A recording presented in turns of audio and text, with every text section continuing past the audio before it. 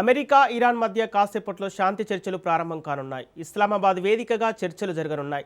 ఇస్లామాబాద్కు Iran ప్రతినిధులతో పాటు America ఉపాధ్యక్షుడు జేడీ వాన్స్ చేరుకున్నారు. శాంతి చర్చలకు ముందు 2 కండిషన్లు పెట్టింది ఇరాన్. లెబనాన్పై దాడులు ఆపాలి, ఫ్రీజ్ చేసిన నిధులు విడుదల చేయాలనే షరతులు పెట్టింది.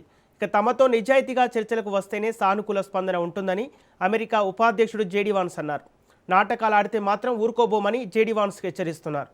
చర్చల్లో ఏం తేలుతుందోనని సర్వత్రా ఉత్కంఠ నెలకొంది.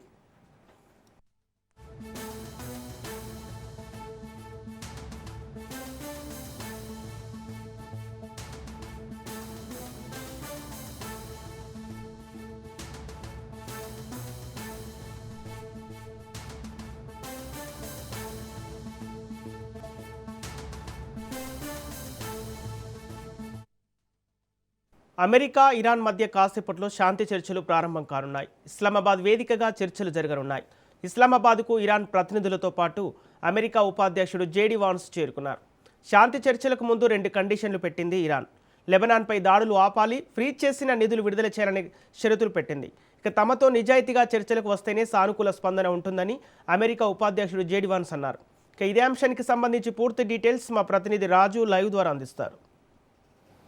ఎస్ సంపత్, అమెరికా ఇరాన్ మధ్య శాంతి చర్చలు మరి కాసేపట్లో పాకిస్తాన్లో జరగబోతా ఉన్నాయి. పాకిస్తాన్ క్యాపిటల్ ఇస్లామాబాద్లో ఈ చర్చలు మరి కాసేపట్లో ప్రారంభం కాబోతా ఉన్నాయి. ప్రపంచవ్యాప్తంగా కూడా ఒక ఉత్కంఠ కొనసాగుతూ ఉంది. ఎందుకంటే 6 వారాల నుంచి యుద్ధం కొనసాగుతూ ఉంది. ఇటు ఒకవైపు ఇరాన్, అదేవిధంగా ఇటు ఇజ్రాయెల్ అమెరికా మధ్య జరుగుతున్నటువంటి యుద్ధం, ఒకవైపు పశ్చిమాసియా మొత్తం కూడా రణరంగంగా మారిన పరిస్థితి కనిపిస్తూ ఉంది. ప్రపంచవ్యాప్తంగా కూడా తీవ్రమైనటువంటి ఆయిల్ గ్యాస్ కొరతతో ఇబ్బందులు పడుతున్నటువంటి పరిస్థితి మనము చూస్తూ ఉన్నాము. ఇప్పటికే హార్మూజ్ జలసంధి కావచ్చు, ఇతర ఏదైతే అంతర్జాతీయంగా ఉన్నటువంటి ఇబ్బందులు, ఇతర దేశాల్లో మధ్య బార్డర్ల మధ్య ఉన్నటువంటి ఉద్రిక్తతలు, ఇవన్నీ కూడా ఈ యుద్ధ ప్రభావం వల్ల ప్రపంచవ్యాప్తంగా ఒక అస్థిరతమైనటువంటి పరిస్థితి అయితే నెలకొని ఉంది.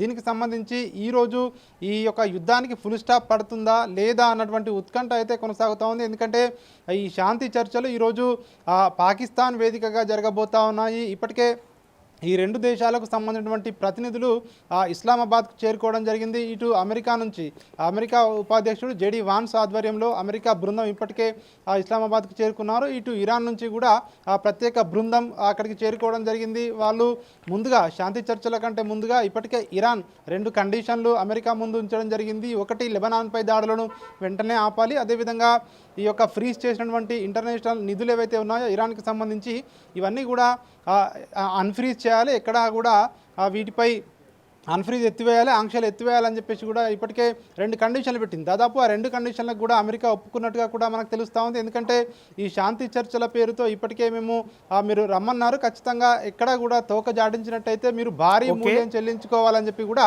ఒకవైపు అమెరికా హెచ్చరికలు జారీ చేస్తున్నటువంటి పరిస్థితి కనిపిస్తూ ఉంది. మరి కాసేపట్లో ప్రారంభం కాబోయే ఈ శాంతి చర్చలు ఏ విధంగా ఉండబోతా ఉన్నాయన్నటువంటి ఉత్కంఠ అయితే కొనసాగుతూ ఉంది. Sampath. Okay, thank you Raju.